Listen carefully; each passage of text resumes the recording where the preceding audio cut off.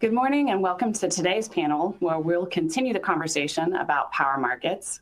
My name is Andrea Stover, and I'm an energy regulatory attorney with Baker Botts in Austin, Texas. And I'm looking forward to hearing from our panelists today about the evolution of power markets.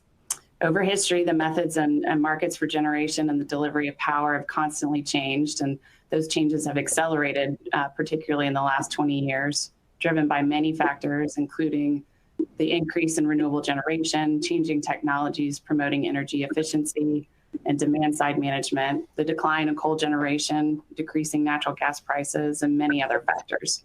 This evolution has been affected by changes in policy and regulation, but also been a force of changes in those policies.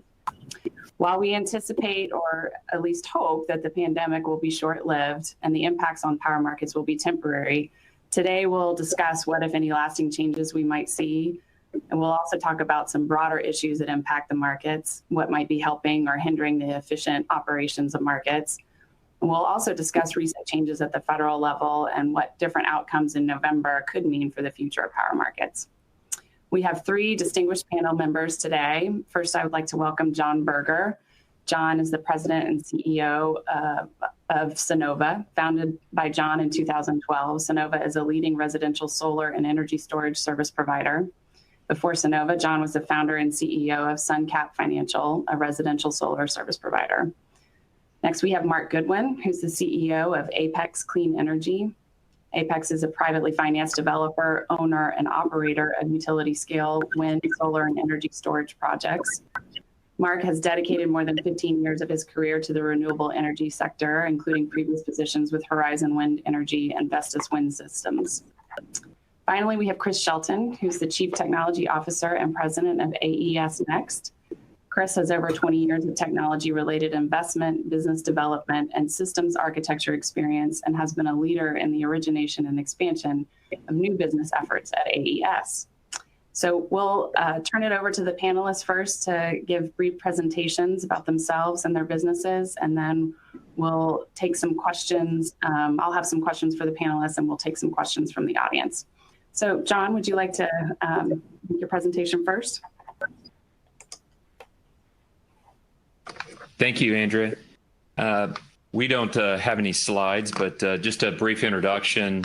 As Andrea said, I'm John Berger, founder and CEO of Sunnova Energy International. We're a residential solar and storage service provider. We span from operations near Japan with Guam, Saipan, all the way through Hawaii, California, Arizona, Texas, Puerto Rico, and the Caribbean, and as far north as New Hampshire. So we've got quite a geography to operate.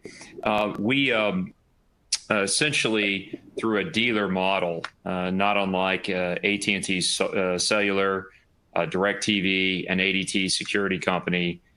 These dealers are independent contractors that operate under typically our co-branding, and they're signing customers up to long-term contracts with solar and now solar and storage. And as we'll talk about, we also are starting to put together multiple technologies that are being developed as the pace of innovation is dramatically quickening.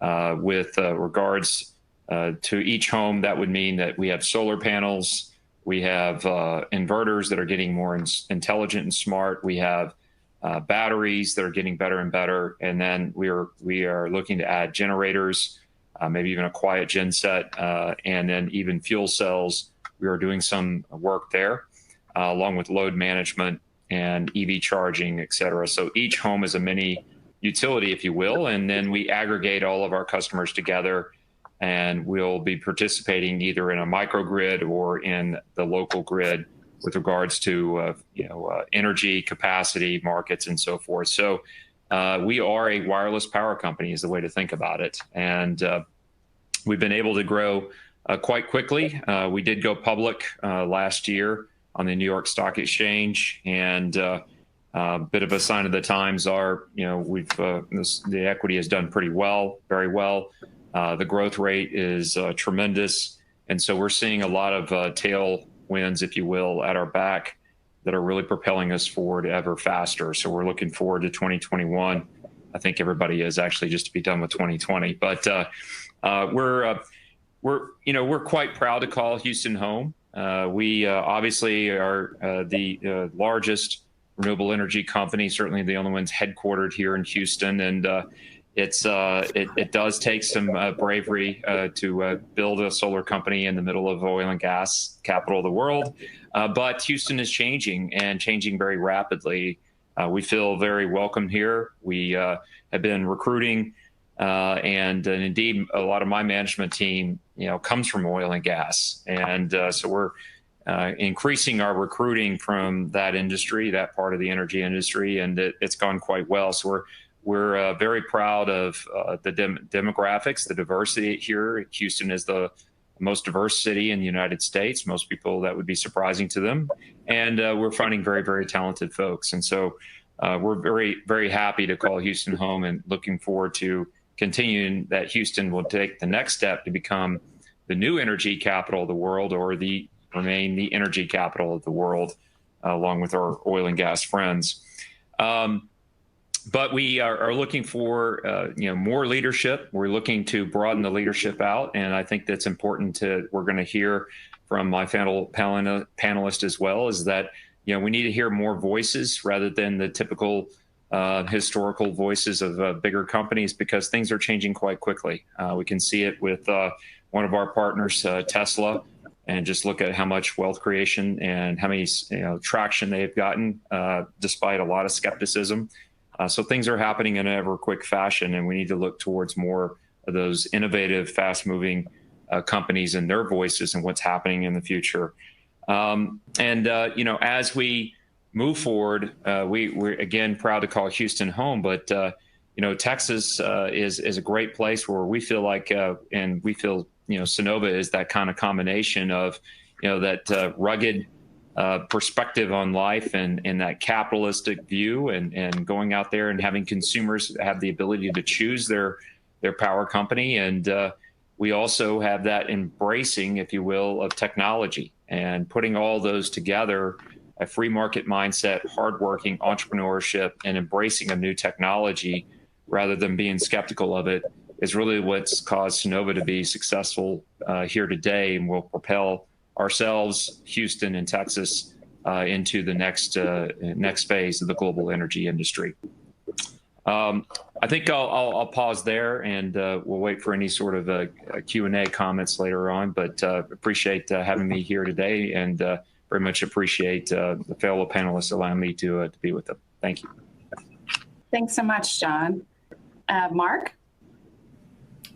Thanks. I did bring some slides, so we'll launch into them. Apex Clean Energy is a utility-scale renewable energy company founded in 2009. We're based in Charlottesville, Virginia. And since 2009, we've commercialized over $8.2 billion in wind and solar projects, over 25 projects spread across the country, all utility scale, so far all wind and solar, but as we talked about, we're moving quickly into storage. Our scope is essentially turnkey, so we start from project origination. Sometimes we acquire into certain regions, but if we find a region desirable, then we'll develop our own greenfield capabilities. We arrange finance, and we manage construction for projects, and eventually, in many cases, we will operate projects on behalf of sponsors. So it is a genuine life cycle of renewable energy projects that we are adding value across that whole project life cycle. By the numbers, we are one of the largest utility scale companies by size of our development stage portfolio, over 21 gigawatts of wind and solar projects. We are operating over 2.5 billion in assets on behalf of our sponsors, about 230 employees to date, and that over 8 billion in commercialization comprises about 6,100 megawatts that we've brought into the market and financed. As I said, founded in 2009, and We are about controlling the energy resource. So to date, we have over 1.3 million in leases, and that's just part of the energy resource that we own.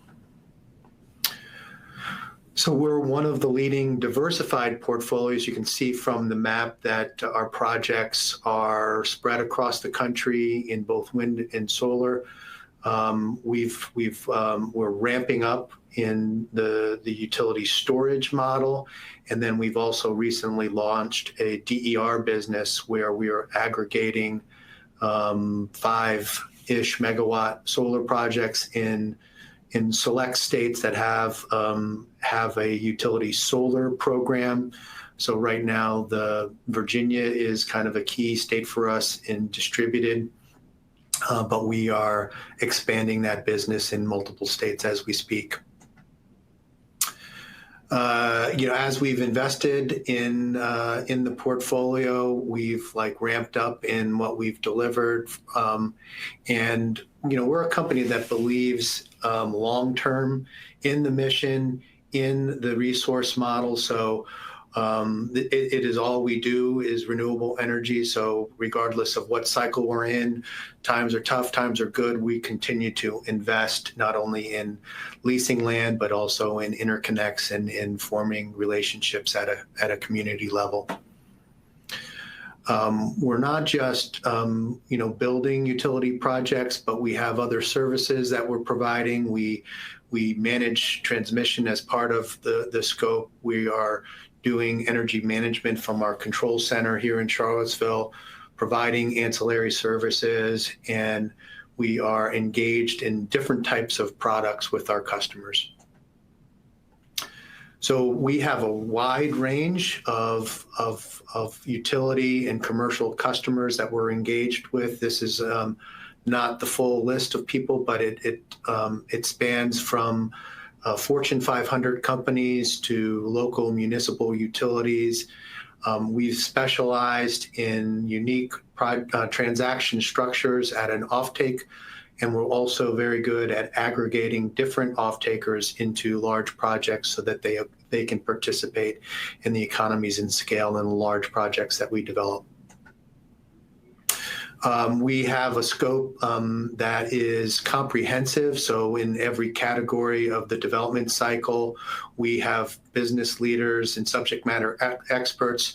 When we are managing a large portfolio as we do, we find that executing at scale requires us to do all of these competencies in-house. So we have a large team that does land management, that does engineering design, that manages the interconnection system, and so on. So it is like a turnkey scope where we're self-performing much of the work, and that's the way that we're able to manage a large portfolio as we do. We also have a construction management capability. So once we have achieved a financing for a project, one of the services and profit centers we have is we will manage construction on behalf of sponsors. Many of the people who invest in our projects are infrastructure type of investors where construction management is not part of their scope. And we'll do this on behalf of the owner. We'll manage EPC contract as well as the turbine supply agreements.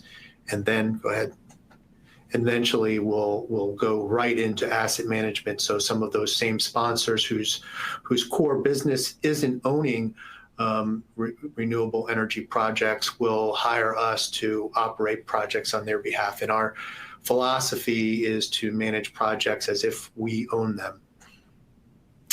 So you can see it's a growing business for us. We have over 2.5 billion in projects that we're managing.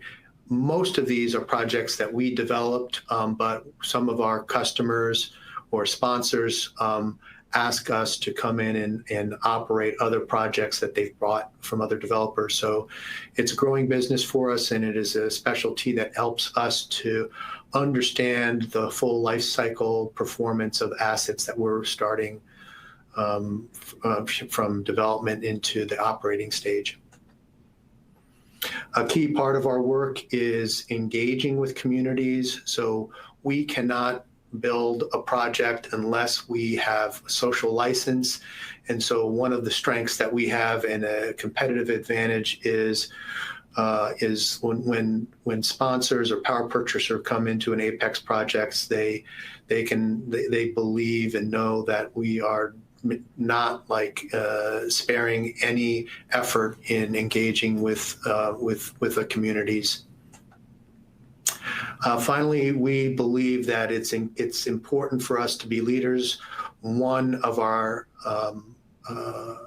core values is sustainability, and what we mean by that is showing what a new energy company looks like. This is our corporate headquarters under construction. It will be a timber frame high rise, one of the largest on the East Coast.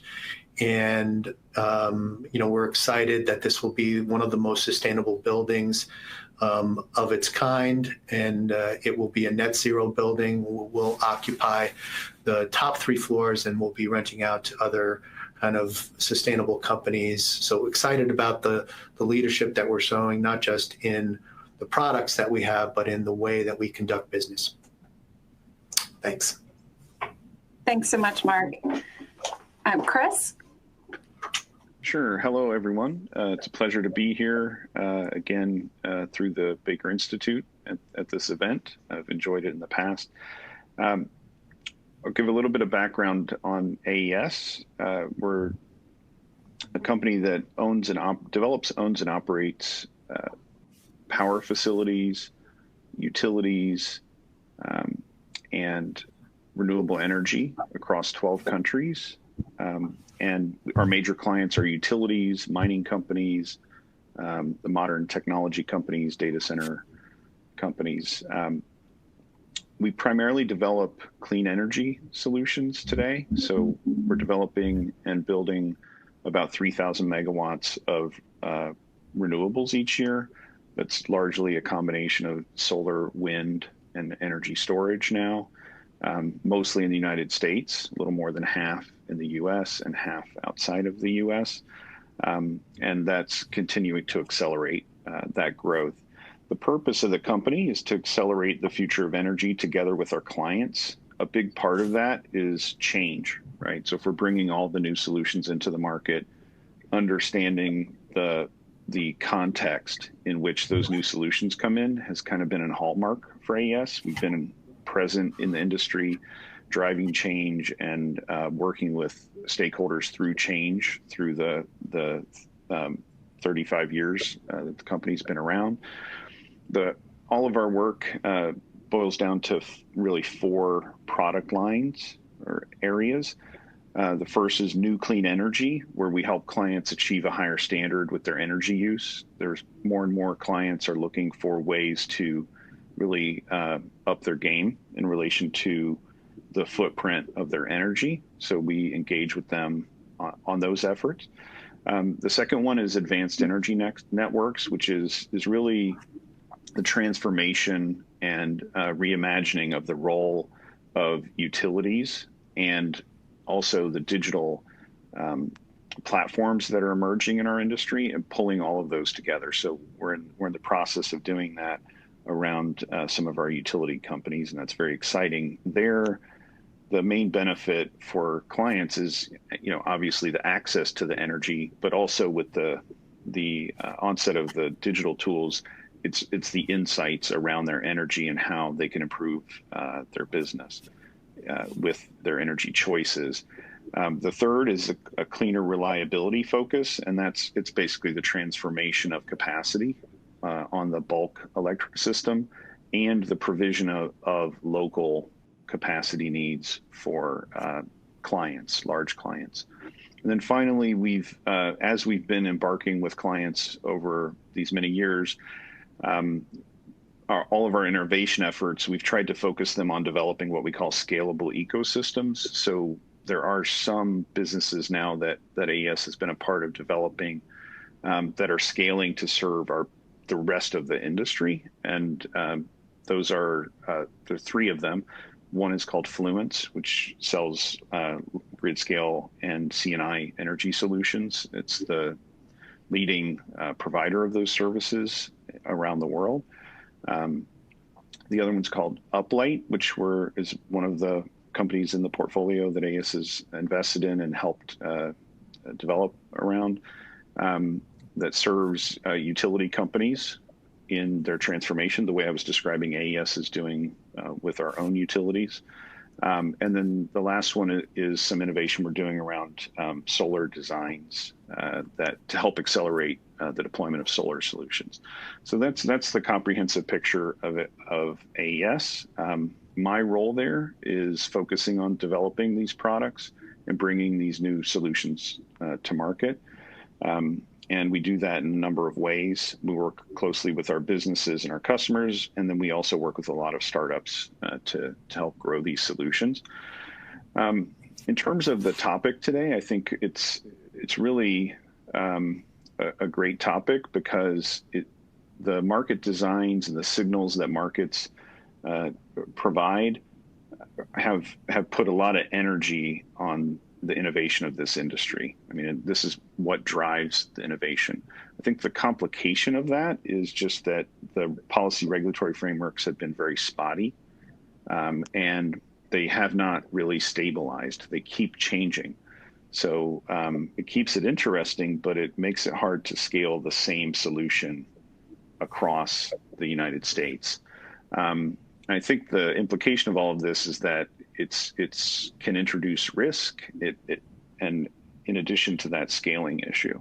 Now, I mean, you can just look at the three markets between California, Texas, and PJM, and you can scratch your head and say these are all in the same country. There's something beautiful about it, but at the same time, why are we making it so hard on ourselves, right? So some of that is when you're trying to scale the solutions, it's a thing that we all need to work on, let's say. I think we need to all come together as a community and really focus on the fundamentals of our business and make sure they get exposed to the policy regulatory realms. And there's some good examples of how customers are starting to push this, with Google driving toward 24/7 matching of their demand, right? That's really going to push all of the market to think, what else are customers going to ask for? How else can we serve them to drive this?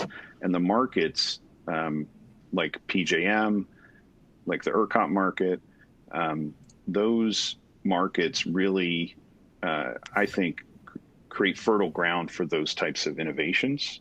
And that I hope continues to stabilize and will open up the opportunity for us to really all work, independently, but collectively we can achieve the adoption of renewables and clean energy at levels higher than I think people realize today. So that's what we're excited about, and looking forward to the discussion. Thanks so much, Chris. That's great. And I hope we get into some of those issues that you're mentioning there as we move along with the panel. We've got some questions later that might get feedback from all of you on those issues. But I thought we might start today with some questions about how the pandemic has impacted your businesses and power markets, and what you all see in terms of the short-term versus the long-term impacts. And why don't we start with John? If you could tell us a little bit how the pandemic has impacted the distributed generation side of the markets, and what you think is maybe short-term and what may linger in the coming years related to the pandemic. Certainly. So the earlier days were, like for all of us, very uncertain, a lot of angst and questions about what to do. Our dealers' sales force went from knocking on doors, taking referrals, doing Google AdWords and such. Obviously, knocking on doors wasn't going to work anymore, and so that part of the sales efforts, if you will, were shut down pretty much in all areas. And then they moved over into doing calls like we're doing now, over video calls with customers and so forth. And so I do see that as we move forward in time, we've gone back to some of the in-person or in-home consultative sales approach, but we're not near where we were before. And I do think that holds in terms of more of these type of video sales and over-the-phone sales for the industry, which is good because it's definitely a lower cost of origination for the industry and therefore for the consumers. The overall picture as we're kind of nearing the end of the year here, I know we got another 3 months, but so far I think that the industry relatively is not going to be impacted much at all. In fact, if anything, given that we are a mega trend, if you will, of providing that solar and storage and other powers I laid out in my opening comments to the home, we've actually seen people be more interested in signing up for service because as I said, the only thing worse than being stuck in your home is stuck in your home without any power. And so some of the climate change issues that we've seen are climate change induced issues, in my opinion, about the significantly more intense hurricane season and the wildfires in California and Colorado. That's just gotten more people focused on, I need power on my house with storage in particular being of top mind. So we've seen our sales increase due to those, due to what I would call the COVID push, if you will, with our industry. And I do think that carries us forward into 21 and beyond. So not much impact on the negative side of things. Obviously, we had a lot to deal with in the first part. How do you protect your install crews, giving them the PPE? You can't have more than one person in a truck and space them out on the job site. I mean, all that stuff. But that was relatively quick. And then we've actually experienced more of a movement towards or an increase in sales in the industry. And I think that, again, that continues. Great, thanks. Mark and Chris, can you tell us a little bit about your experiences? Yeah, so when the COVID hit in March, we were involved in the construction of 3 major projects all in different states.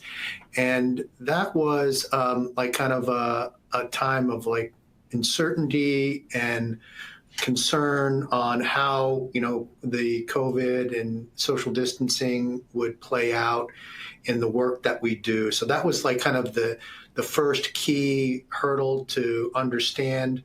And we managed our way through that and were able to work with our owner, our customer, and state officials to make sure that everyone felt comfortable in doing that construction work. And looking back, we were concerned that we would have like horrible delays that would harm the economics of the project. But I think fundamentally what we learned is like the construction of utility scale wind and solar is actually, in a world where you're trying to ramp the economy back up, is that type of work is well suited for social distancing. So if you can't build a utility scale wind farm outdoor on thousands of acres and safely do that, then what work can you do? I think we were among a lot of different companies that settled on look, we have to do this safely, but we can continue to perform our work and bring these great projects with all their benefits to our communities and to our customers. The other impact is we are unfortunately exposed to the cycles of the economy in that we deploy tax equity. And I think that is potentially, it's starting to rear itself in certain projects. Availability of tax equity is becoming less for certain types of projects. And, we are, talking to policymakers, be it in COVID response bills or for, whatever the next administration that comes, for fixes to shortages in tax equity. But that is, related to if there is a downturn in the economy, there's less taxes being paid. therefore less tax investors that can like participate in the market. So that's a concern that's ongoing and playing out as we speak. I would add, I think I agree with, we've seen a lot of those same issues. I think it's a little bit of a nuanced thing deep in the project development teams, but one of the biggest issues we've had is just permitting delays that happened at the beginning of the pandemic, where the local government is closed, and so you just can't get somebody to stamp something, sign something. That our teams said those were, some of the biggest issues they had. The construction side did evolve and wasn't a major issue. Some other things for us, we did see demand reduction inside the utilities. So the C&I went down, but the residential went up. It wasn't as bad as people thought it might be, which is good. I think one positive outcome is just the global realization of how many renewables you can have on the electric system that happened when the demand went down. And you had this massive amount of renewables going for, several weeks, right? And we've had some other issues in California that we're going to talk about, but I think largely we saw very high penetrations of renewables for several weeks there. When the pandemic first hit, it showed that these systems can handle some of this high penetration. Are there any things that sort of have happened or that have been brought to light by the pandemic that you think ought to be addressed, either through some changes to market rules or on the regulatory side? Is there anything that can be done to avoid some of the problems or to at least sort of mitigate issues going forward? I think there's just a general change that we need in the industry. That's the interconnection and permitting processes need to be digitized and automated. Most other industries have made their way through this. Banking, it's a very important industry to follow procedures and do protections and other things. I think we just have to imagine how this can be different, and that's a general benefit we would have. It has nothing to do with COVID, but right. If you did that, then some of those issues would be dealt with. The issues we had when the pandemic came would not have been as big of an issue. Yeah, I agree with that. Along with the delays on permitting, there have been delays in the interconnection process as well, which have been strained. Were strained prior to COVID, and that has sorted itself to a certain extent at a federal level. The Fish and Wildlife, FAA, Army Corps, those folks had to understand how they were going to work in the early stages of COVID. So huge kind of front end delays that started at the onset of COVID. So agree that those systems, the COVID exposed like some of the inherent, bottlenecks in getting projects across the finish line, and still working those, especially in the RTOs and getting and sorting through. I think there's a big business opportunity there for someone.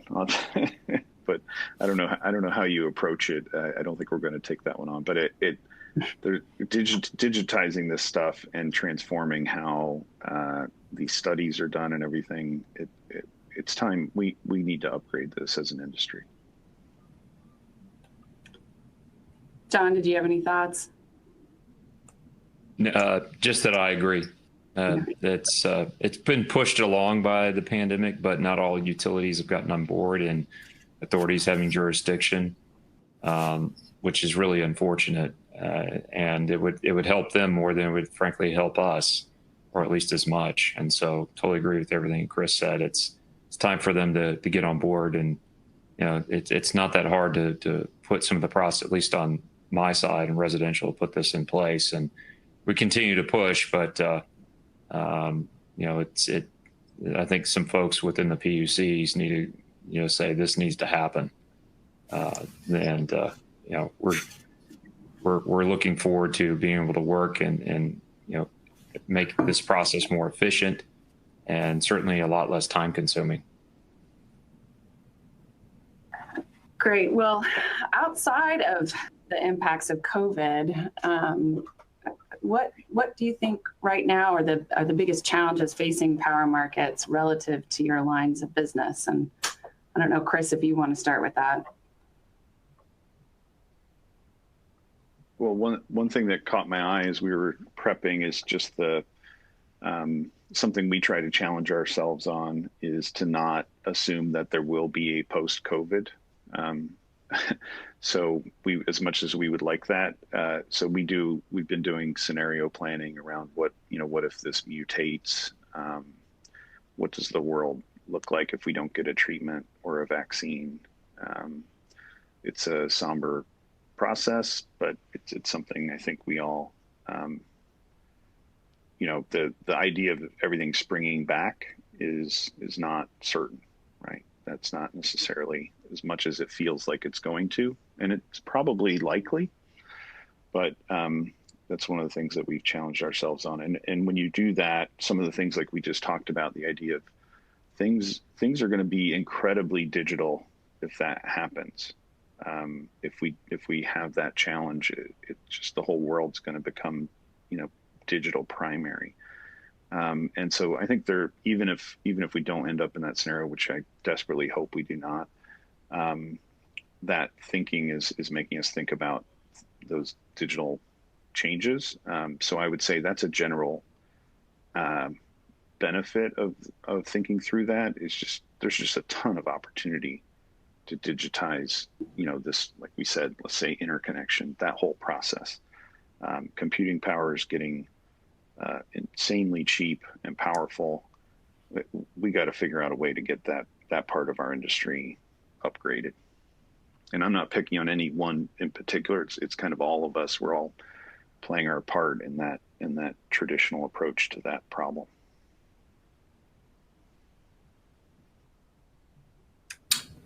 For us, I think the biggest issue that we're tracking is transmission. Regardless of the region, RTO, ISO, there's a limitation to how much we can build, be it wind or solar, because of constraints on transmission. You see, that the markets and the RTOs are able to easily accommodate the level of penetration that we have. But right now with transmission, it's not, we're having difficulty adding more because of upgrade costs. And the problem that arises is that, we see growing amount of basis in certain markets that is limiting the financeability of new projects. You see customers who are not able to reach their goals because the low-hanging fruit for a utility or for a corporate power consumer to mitigate their carbon is to procure wind and solar, and it's harder to do that if the transmission is not there. So you can see that the transmission initiatives that have come in the recent past, be it CREZ or the MVP in MISO or the priority projects in SPP, those really pay for themselves quickly and provide great benefits to consumers. So that's there's definitely ways to approach this in the future, but it's the big problem that we're tracking. Thanks, John. What are you seeing in terms of challenges? With regards to anything connected to the pandemic, I think I went through those already. So I guess, Andrea, I'm no other further comments from me. Well, Mark, back to the transmission issue, is there, you mentioned CREZ and ERCOT, and that was a big undertaking that brought a lot of wind onto the system. And I think, maybe there was some grumbling from folks, but I think largely it was looked at as a success. But there's, again, sort of pushes about maybe a CREZ 2 or adding transmission capacity into the Texas system. You think that we're at a point where that might be beneficial in ERCOT and maybe in other markets as well? Yeah, I mean, I think that if you look at the economic value that CREZ provided, I mean, it's going to be providing a return to the ratepayers and to industrial power users for decades to come. And a CREZ 2 or a larger push, I think, would also accommodate that. I mean, Texas has been kind of a forward looking state, and there continues to be load growth. It has fantastic solar and wind resources. And I think for it to be an example of how energy transition can happen in a way that's cost effective, that a new transmission program will be, invaluable for that to take place. I mean, in other regions, I mean, long term, the way it needs, that it will remedy itself is for first state policymakers. They have their goals, and I think those are important, and they need to work with their RTOs, ISOs to say, hey, look, this is our state goal. We want to transition to a clean energy economy by 2050. And to do so, we need to work with you, RTO, work with federal government. And one of the things that's on the books right now is, interregional planning. Certain regions have strengths in solar, others in wind, and if the RTOs and ISOs are planning together in order to meet these state goals, if they're encouraged with federal policy, that can be kind of a new renaissance in transmission planning that can take us to a next level in penetration for renewables. Right now, the technology is there, the cost is there. We just need the planning and the regulatory framework in order to go to the next level. And ERCOT has kind of shown the way with CREZ, but we're still at very relatively low levels of penetration for utility wind and solar. So I think, just listening to what you're saying, you think maybe a broader, more national sort of policy to help encourage that development across markets might be the way to go. Right. Yeah. And the federal government can be a catalyst for interregional planning that opens the door. Look at a state like Minnesota has strong policy drivers to transition. They have good resources in the state, but they're right next to states with even greater resource. It just, there needs to be a framework where who is paying for the transmission, who is benefiting for the transmission. And I think that there's all the different players are there, and you just need to put in place the framework for that transmission to get built. Great. Chris, do you have any thoughts about transmission? I think, it's one of the least cost ways we can get the renewables on the system, and the renewables are taking higher cost fuels off of the system. So, it's a good good trade there. So I think we should make the investments. The challenge with it is just that sometimes it's unobtainium, right? It just, no matter, even if it would be a good price and it adds value, you just can't get it. It's just not going to happen in some parts of the country.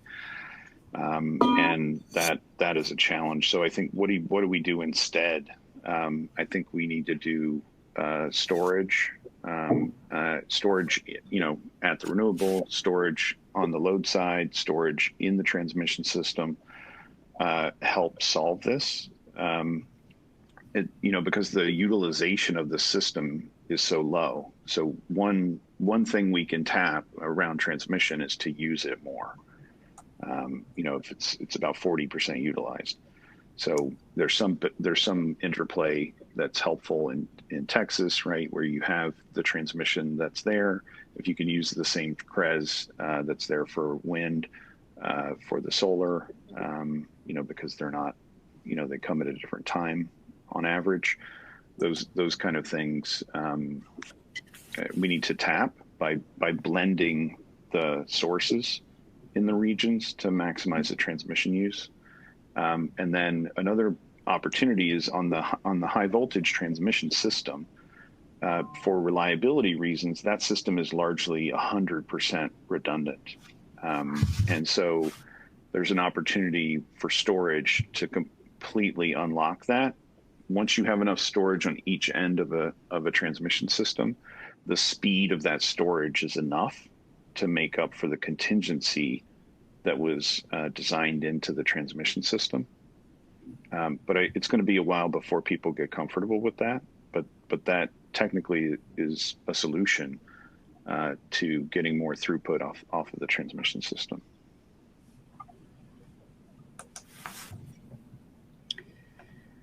So earlier, I think you and maybe others mentioned California, and they've obviously seen some big challenges recently with rolling blackouts this summer, even though, from my understanding, a daily peak has not been necessarily as high as it was in years past. And this may be related to some thermal retirements recently, and problem of overloaded transmission. They weren't able to import a lot of power from neighboring systems. Chris, I know I think we've talked about this previously, but do you think there's any lessons to learn from what's been happening in the California market?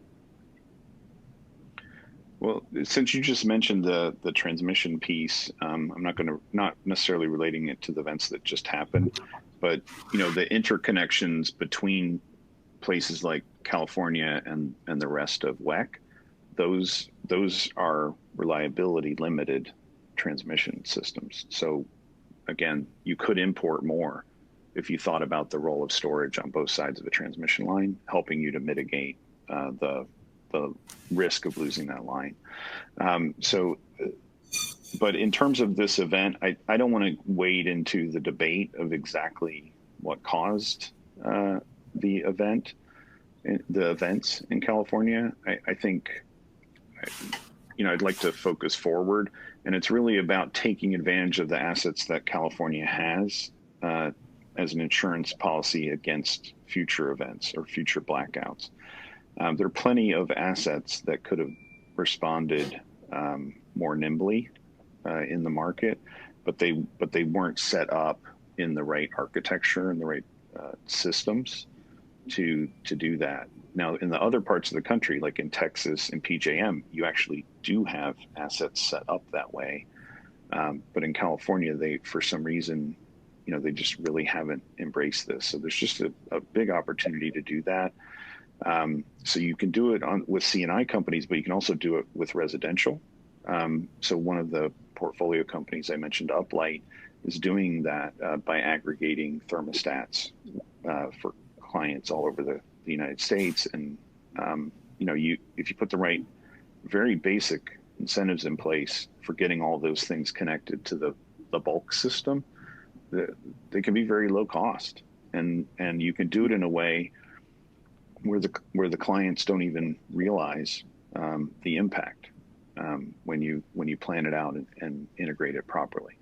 So I think there's a ton of opportunity there in California. Would love to see more of that. Another thing in California is you have the SGIP program, which incentivized on-site generation sources and clean sources like putting batteries. And I think we could hear from another panelist on this. But the SGIP program is not integrated into the system really in terms of telemetry and control.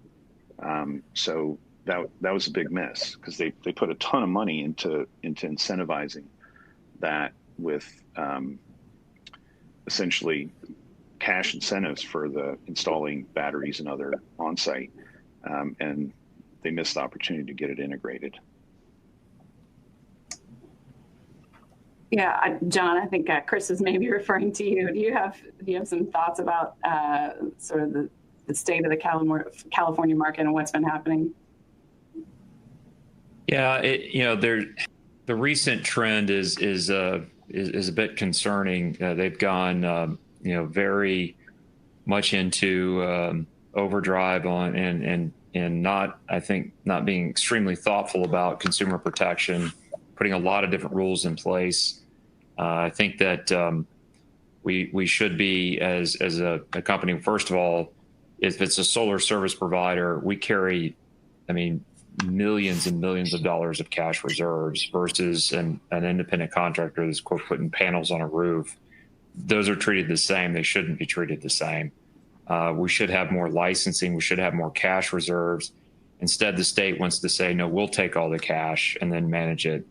That doesn't work. And frankly, it doesn't work in any other type of industry, including the power industry. So there's some disappointing moves there. Chris made mention on the SGIP side of things. What you also would dig into the details. Unfortunately, they started moving that money into other areas, including some fire reserve funds and some other buckets that the legislature did not intend them to do, and essentially has starved the program that was supposed to be there to incent folks to get storage and ride the cost curve down, push the cost curve down like they did so well on the solar modules.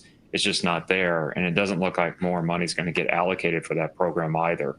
So, I think California was a leader for a long period of time, but there's some concerning things now. Does it impact our business materially? No, but it's just we're used to having more of a tailwind and encouragement there, and we've seen some actions that don't quite make a whole lot of sense that are going to get in the way of certainly cost reductions for the industry, and I think are well intended, but need to have industry's input on it versus just being and even the legislature's input on it versus just making up rules. Right. Well, and I understand too that the Cal ISO president had said that he's sort of laying blame on reliance on solar, leading to inadequate power during that peak, and he anticipated this is going to be a problem for years to come. Is he laying too much blame at the feet of solar, Chris or John? Yes, I think so. I think that the way I've looked at this situation in California is that it's actually something that we would have all hoped to have seen on Tuesday night at the debate is that we can find a compromise in the middle on this debate instead of just yelling at each other. One side saying, look at all this. The state of California is crazy. Got all this solar and storage and all this junk, and shouldn't have retired all these plants. Part of one of those plants was the nuke plants, right? Not just all fossil. The other side is we should have gone faster on storage, and we should have then been in a position to store all that solar energy and possibly wind, et cetera, but mostly on the solar side. And my answer is that you're both right. The problem is on the storage side of things, it's very new. We've been talking about that. And so to be fair, I'm not sure you could have really pushed it much faster. But again, my comments just earlier, there were some actions or some lack of actions that you took to slow it down. Now you can correct that problem. Let's speed up. The other side of that is, yeah, you probably should have been a little bit more thoughtful about taking some of these plants offline that fast. You should have basically feathered this in a little better, or a lot better. So that's my view, is that there's, both sides are indeed correct. And, I think that that's a warning to other states and to the FERC is that how do we have a balance here that has a realistic view about how fast? Now, we can go fast. I mean, Sunnova's growth rate is really, really well north of 40% per year and so forth, but we can go fast, but there is a limit to how fast we can all, change and move towards this new energy industry, and that needs to be taken into account as well.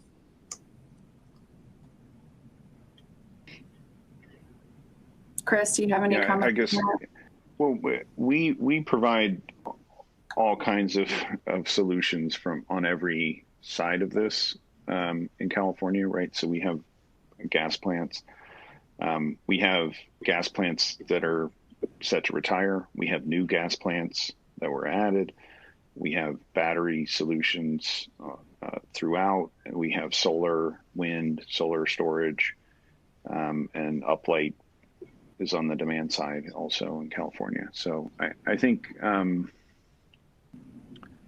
we just need to focus forward on, like, let's just get things integrated and working. The solar's relatively predictable, right? So I think you kind of knew that the solar was going to go away. I think it's probably just people interpreting or reading into what was said. I think everyone knows the sun goes down every day, kind of thing. So, but I think, there's just low hanging fruit, I think, to get the load side more integrated into the bulk system in California, because we know that because we see it in other markets. So there's just an opportunity there. Yeah, one of the things that we're seeing in ERCOT is an increase in some large-scale projects behind the meter.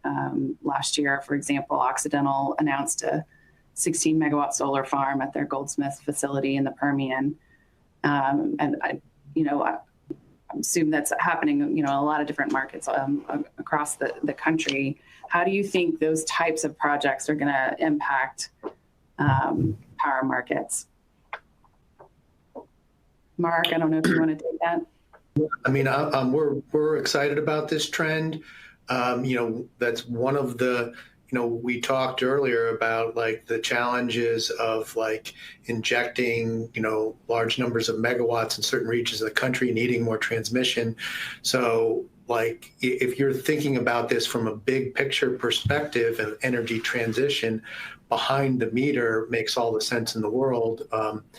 Pairing wind and solar in certain parts of the countries, they're very complementary. Adding storage and maybe just a smaller, grid component to keep continuous operations for whatever type of industrial process that you're doing behind the meter, it makes so much sense.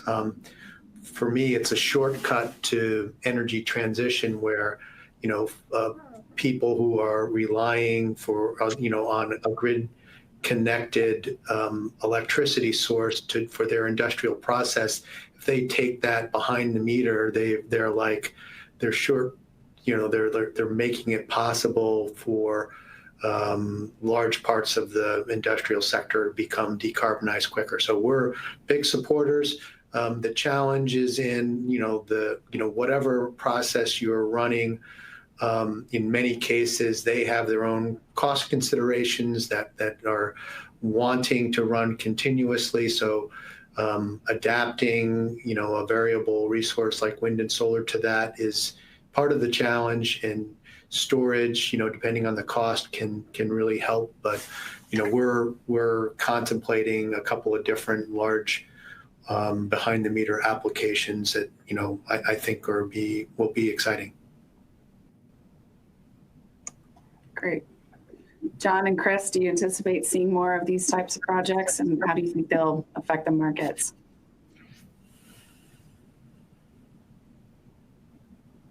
I don't think it impacts the markets that much. I think if you get a large percentage, then it comes out of the planning window, right? Like the planners don't see it. Mm-hmm. So it just depends on how the planners can incorporate what's there and understand. You don't, again, it's a resource also. So like you want to have enough incentive in a market to get the visibility so the planners have it. And so that awareness is there, because you can take advantage of those assets if you give someone a reason to integrate them into the whole. And so I guess that's the biggest issue or opportunity, I would say. If you get a ton of it going on, then you can be blind to it from a planning perspective. Yeah, I know ERCOT is updating their rules to help account for a lot of that. I mean, they've had some idea of what's out there, but they're looking for better visibility and seeing what's. Yeah, I mean, because what countries have all. Yeah. What other markets have done is just they do it as net load, but that approach is 15 years old, right? I think it was that's how Spain did it originally when all the solar started coming in. But it's probably I don't think it costs that much to have telemetry and know what's going on, and maybe you need to incentivize people so that they do that. Yeah, or have rules that require it. Well, I don't think we want. I mean, it is. I think we do want. The market mechanism. If the market's going to benefit from those assets, from using them in some way, then I think you do want to engage more from a market perspective rather than just putting a bunch of rules. John, any thoughts? Nothing to add to what Chris and Mark said. Well, before we turn to, I know we've got a few audience questions waiting in the queue, but I thought we might talk a little bit about some of the federal policies we've seen recently, especially coming out of FERC. I'm sure you're all aware that FERC recently adopted Order 2222, which allows distributed energy resources to participate in wholesale markets, following on the heels of Order 841 addressing energy storage participation. John, how do you see these changes at FERC impacting, in particular, your business? Well, it's very much positive. We've talked about, and indeed in past years at this conference, about our vision of having a power system that looks more like the internet, where you have some centralized sources of energy, of power, and then you've got decentralized sources, and that goes with not only generation but obviously storage. And this was a big step in that direction, to saying that that's exactly what is happening and going to happen. So that is what I would say very consumer friendly. And the FERC chairman made that point. It does, I think, call into question about how we're going to manage this transition with so many different utilities, the regulatory system that has very state-centric, but you got this FERC or federal, regulatory authority in most cases, and where does, in this new world of being more distributed or more decentralized instead of 100% centralized, how do we have a new regulatory framework basically in this country? I think that's the big question to answer. And frankly, over the last few years, we've made very little progress in it. The one, piece of good news was this Order 2222 to move in the right direction here. There was a dissenting vote on it, and I read the commentary from that commissioner, and I don't understand those comments at all. That's a pro-monopoly, no consumer choice view on things, and that was rather unfortunate. But I'm glad the chairman had the leadership, as well as Commissioner Glick, to move forward on this. But we have a lot more work left to do. We've got to figure out how to have a more free market, more consumer friendly, more consumer choice friendly across the board, because the technology is no longer coming, it's here. we need to get with it. Chris or Mark? We're excited about 2222.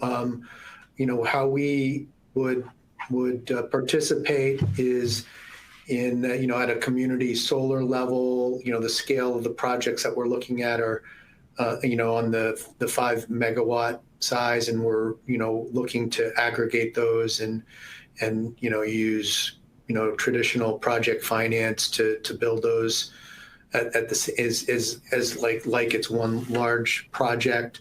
So I think that how the rules come out that provide flexibility and participation at that execution will be interesting to us. But I think it's positive for the ability to to aggregate those types of resources and have hybrid models that enable different types of structures and participation on the part of our C&I customers in particular. Yeah, I mean, this is incredibly exciting from at a high level.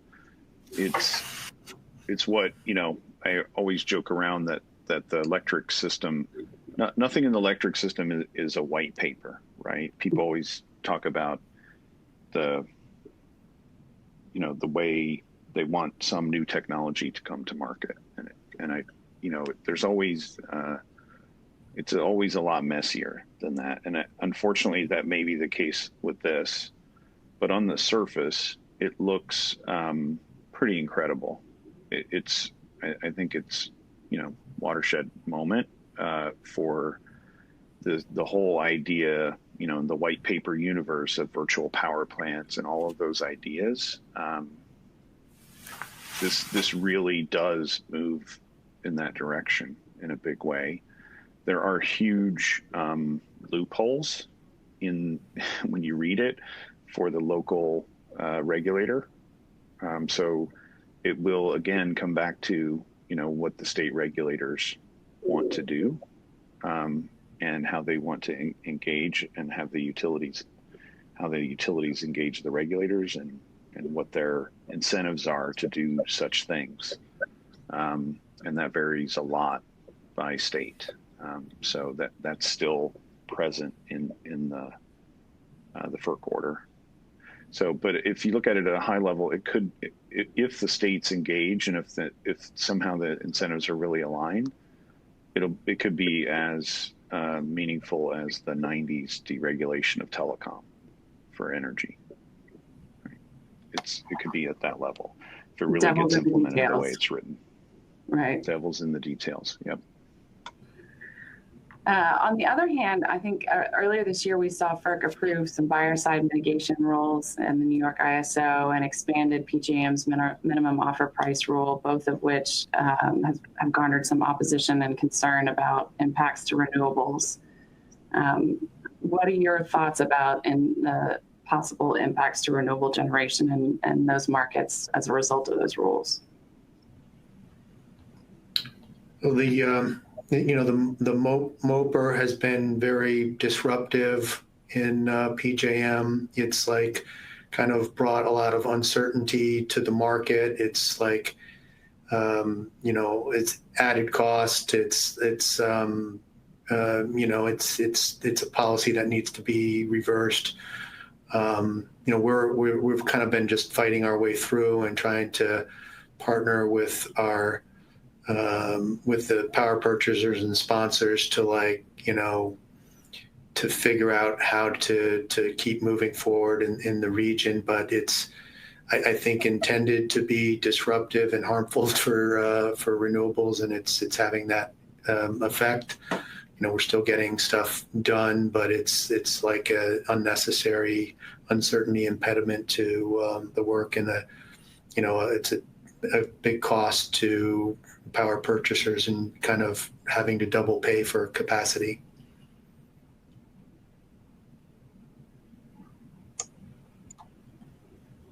Chris, you have any thoughts about the MOPR or the buyer side management? I would say, I guess, the customers are, I think you have to work with the customer and, bear the risk and the burden together on it. That's the only thing I would add. Well, we've obviously, I think as we're all aware, it's an election year, and, regardless of outcome, I think we agree we could see some significant changes in policies affecting power markets. I guess I would ask each of you what you're most concerned about, going into the election and what might come out of it, and then what are you hopeful for? What do you think what are some positive changes that we could see? Let's start with Mark. What we've been talking about on, I guess I start with what I'm hopeful for. We've been talking on this call about, the markets and what are the impact of COVID and what's, being done well and bad in certain regions. There is, inherently we need to dramatically increase the amount of wind and solar that we're bringing on in order to accommodate energy transition. And that's that's residential, utility, distributed, and it's just orders of magnitude increase. And right now, the markets are not geared up for that. There's no kind of penalty for the impact pollution that fossil fuel generators have. They produce more in damage to the environment than they get in profits. So that needs to change. There needs to be some price on carbon. The PTC on the wind side is in some ways is disruptive in that as the penetration becomes higher, there is a distortion in the markets, and there needs to be something to address that. So, lots of people are wary of a price on carbon, but, policymakers and, regulators that want to achieve the goals of decarbonization need to take that into account, need to, work at a federal and regional level to create markets. Is it a carbon tax that takes away the distortion? It seemed, to my mind, that is the most efficient way to do it, but there's other ways. So I'm hopeful that there'll be a recognition that to date, there is still there's no mechanism to, penalize pollution and encourage low carbon sources that works in the market efficiently. So that's what I'm hopeful for. I guess, depending on the outcome of the election, the status quo is, we're having a very good year in 2020. We've managed through COVID, from a standpoint of the main driver of utility, wind and solar, the ITC and the PTC, they're in place for, a couple of years, but the status quo is wearing, and we need to refresh and think about, how we accomplish long-term goals in a way that is aligned with regions and state and federal policy. Great. John? Well, what I would hope to see is that we would move forward in restructuring the regulatory structure I was mentioning earlier. And I agree in part with what Chris was saying about Order 2222. I would just say that I think it's a step there. I don't know if by itself it's really going to be as impactful as the Telecommunications Act of 96. That's what I'd like to see, finally, is to recognize that we have a huge challenge. Just wrap it all in with decarbonization, whether that is a carbon emission market, credit market, or it's just a tax. The Secretary has put forth a fairly good plan over the last few years, and seems like we should again look at that plan. And I think that again, the problem is just the nature of the regulatory regime of this industry. It's let me just put a very diplomatic fine point on it. It's screwed up. I mean, you've got a lot of different fighting in between the feds and the different states and so forth. And there's a lot of issues here with regards to climate change, but also you've got technology change, you've got consumer choice involved in this. You've got all the different regulatory structures. Some are IOUs, some are municipal owned, some are federal owned, some are co-ops. And this creates an environment that there's really not much getting done as opposed into the 90s.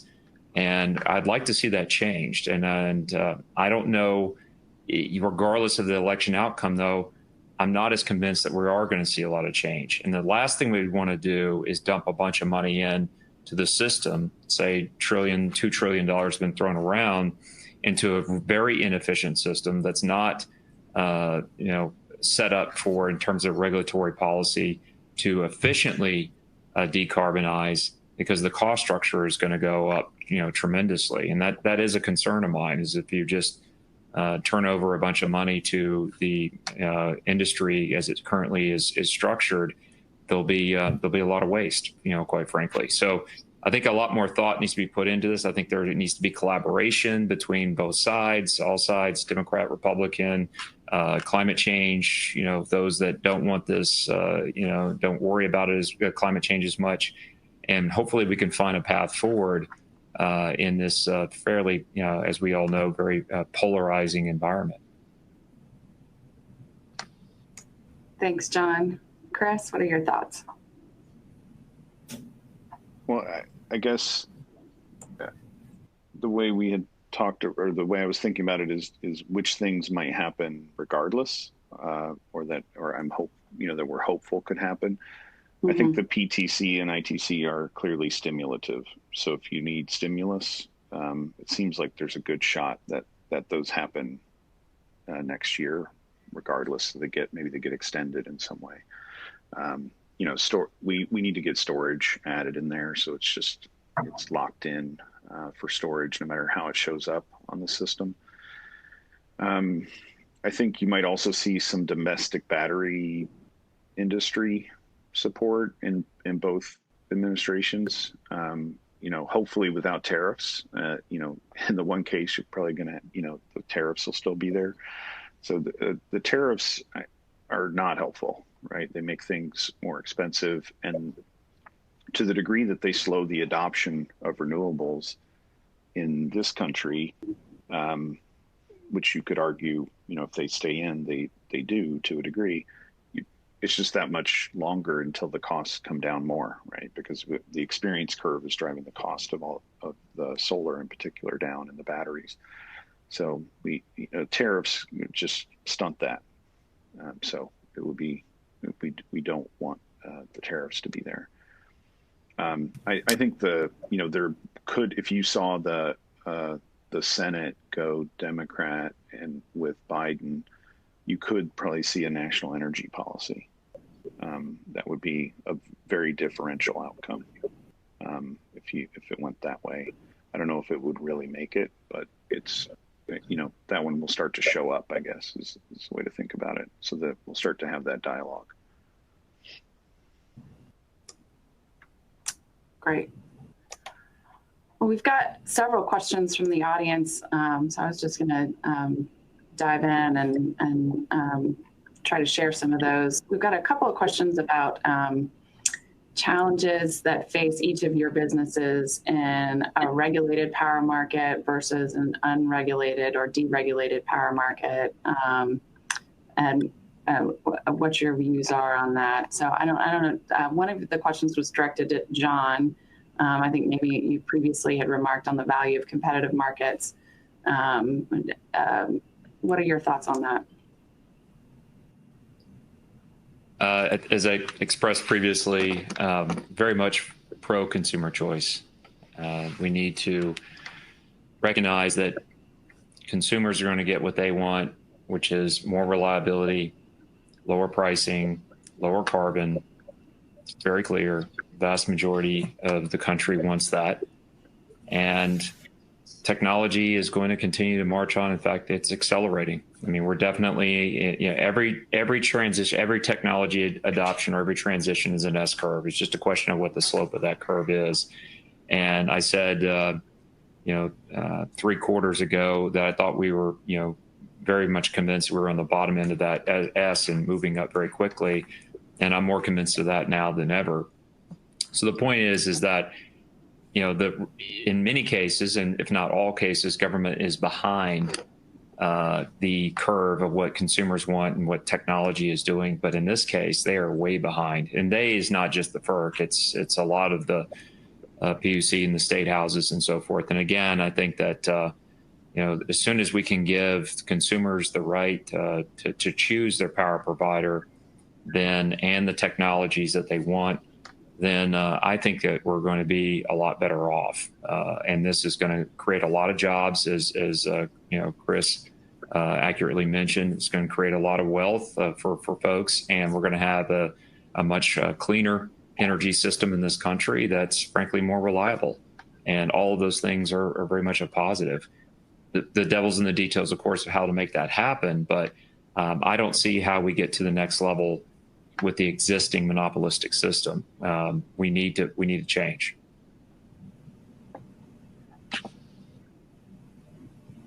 Mark or Chris? For us, we're participating in a number of unregulated and regulated markets, and I think there's a couple of things. If you have a strong, good PUC, there's plenty of opportunity for us to participate in regulated markets and build projects that where there's PPAs with the regulated utility. The thing that opens, but some regulated markets they don't have an imbalanced market or a merchant market for us to develop projects where we're like outside of like contracting directly with the incumbent utility. It's harder to like build a portfolio business in those types of regulated markets, and WEC in particular. So I think there can be some evolution that happens there that like would make it more interesting for us. But other regulated markets do have that in place, and CERC is moving towards that, hopefully in a way that will be beneficial for more competition. But like I said, if you have a good PUC, if you have a market structure that is flexible, then both can work for us and for energy transition.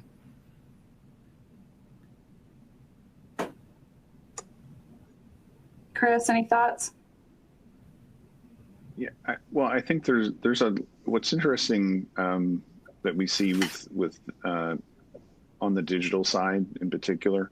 There's a lot of innovation happening through the regulated business in the states that are still completely regulated.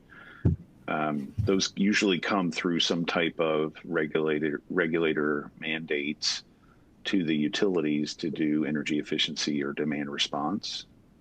So there's a ton of creative things happening, a lot of digital tools getting implemented. That on the load side, it's pretty interesting to see the engagement in those markets. I think what holds that back or keeps it from going, to its ultimate opportunity there, it's just the incentives to not use energy are not very strong in a lot of the regulated markets, right? So they'll do some energy efficiency, but then it usually has some kind of cap or a limited funding. And the primary business model is volume based, selling energy. So we're just not seeing much movement on that, on the regulatory structures. But it could be very exciting if a regulator somewhere really engages on performance-based rates. Hawaii has probably done the most on that. But there could be some interesting models for the monopoly part of the business to continue to transform. Right. Got a question about critiques of renewables on the grounds that they have significant environmental impact that may not be offset by reduced carbon emissions, and sort of what each of your responses to that criticism. You mean in the supply chain, or Yes. in the deployment? Do we know from the question? The question says, it gives the example of waste, impact of mining rare earth minerals, impacts on disposal of old panels, wind turbines, batteries, etc. Yeah, I think at a high level, there have been a lot of analyses of that compared to, it takes a lot of mining to build a power plant, and a lot of process to make all the steel that's in the power plant and other things. And you have to end of life the power plant and figure out what you're going to do with the power plant when it's done, right? The traditional power plant. So, when you think of it that way, and then you also have to do, whatever fuel is going through the power plant, you have to mine the fuel, and then you have to transport the fuel, and you do that with like trucks and stuff, right? Or trains. So, when you start to look at it, it ends up that there's a huge amount of carbon in both production on that part of the supply chain. But then once it's operating, you have all kinds of environmental footprint of operating. And so that usually nets out really quickly for the new solutions to be net positive. So like for cars, that can happen, EVs have a higher upfront carbon content, but it usually only takes a couple of years before that's starting to be on the positive side. So it's a real issue. I think we need to keep working on the supply chain and make sure that we're cleaning up the supply chain. But if we electrify everything and then we make it all renewables, then the carbon goes down on all of it. All right. John or Mark, any thoughts? No, I agree with Chris. It's the impact of the fossil fleet and the transport sector using fossil fuels is much higher than the much more efficient generation of electricity via renewables, but agree that there should be continued improvement and focus on the supply chain to improve the impact of it. But compared to what we're facing in climate change, it's a much better path for the future. Yeah, and like we know the mining company I mentioned in the intro that we serve mines, and we serve some of the bigger copper mines and lithium mines in the world in Chile. And we just announced a deal in Chile with Tech Resources that mines copper. And so they're moving their copper mine to just be 100% renewable. We're putting in solar, wind, and storage to serve the mining clients. So that's, we're talking about, it's a real thing. It's happening today. It's getting cleaned up. There's other issues with mining, right? But that's the mining industry's work, right? To look at the total footprint, right? But speaking on just the carbon content from the energy inputs, that's definitely improving as we speak. Great. Well, I think I'm being told that our time is up, but I just want to thank each of you for participating and sharing your thoughts today. I thought it was a great conversation. Learned a lot from all of you, and want to thank the Baker Institute for working with Baker Bots to put this on. And thanks for all the audience for joining, and have a great afternoon, a great weekend.